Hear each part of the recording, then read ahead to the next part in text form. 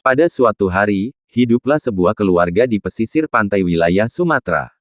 Keluarga itu mempunyai seorang anak yang diberi nama Malin Kundang. Karena kondisi keluarga mereka sangat memprihatinkan, maka ayah Malin memutuskan untuk pergi ke negeri seberang. Besar harapan Malin dan ibunya, suatu hari nanti ayahnya pulang dengan membawa uang banyak yang nantinya dapat untuk membeli keperluan sehari-hari. Setelah berbulan-bulan lamanya ternyata ayah Malin tidak kunjung datang, dan akhirnya pupuslah harapan Malin Kundang dan ibunya.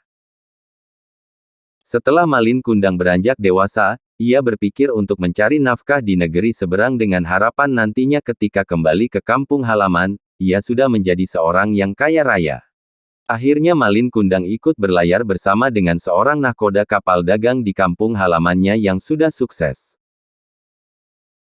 Selama berada di kapal, Malin Kundang banyak belajar tentang ilmu pelayaran pada anak buah kapal yang sudah berpengalaman. Malin belajar dengan tekun tentang perkapalan pada teman-temannya yang lebih berpengalaman, dan akhirnya dia sangat mahir dalam hal perkapalan.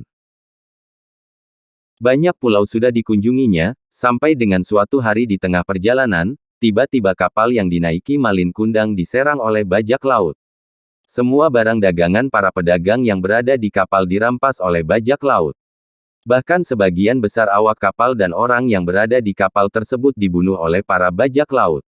Malin Kundang sangat beruntung dirinya tidak dibunuh oleh para bajak laut, karena ketika peristiwa itu terjadi, Malin segera bersembunyi di sebuah ruang kecil yang tertutup oleh kayu. Malin Kundang terkatung-katung di tengah laut, hingga akhirnya kapal yang ditumpanginya terdampar di sebuah pantai. Dengan sisa tenaga yang ada, Malin Kundang berjalan menuju ke desa yang terdekat dari pantai. Sesampainya di desa tersebut, Malin Kundang ditolong oleh masyarakat di desa tersebut setelah sebelumnya menceritakan kejadian yang menimpanya. Desa tempat Malin terdampar adalah desa yang sangat subur. Dengan keuletan dan kegigihannya dalam bekerja, Malin lama-kelamaan berhasil menjadi seorang yang kaya raya. Ia memiliki banyak kapal dagang dengan anak buah yang jumlahnya lebih dari 100 orang. Setelah menjadi kaya raya, Malin Kundang mempersunting seorang gadis untuk menjadi istrinya. Setelah beberapa lama menikah, Malin dan istrinya melakukan pelayaran dengan kapal yang besar dan indah disertai anak buah kapal serta pengawalnya yang banyak. Ibu Malin Kundang yang setiap hari menunggui anaknya, melihat kapal yang sangat indah itu, masuk ke pelabuhan. Ia melihat ada dua orang yang sedang berdiri di atas geladak kapal. Ia yakin kalau yang sedang berdiri itu adalah anaknya Malin Kundang beserta istrinya.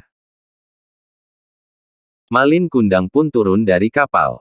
Ia disambut oleh ibunya. Setelah cukup dekat, ibunya melihat belas luka di lengan kanan orang tersebut, semakin yakinlah ibunya bahwa yang ia dekati adalah Malin Kundang.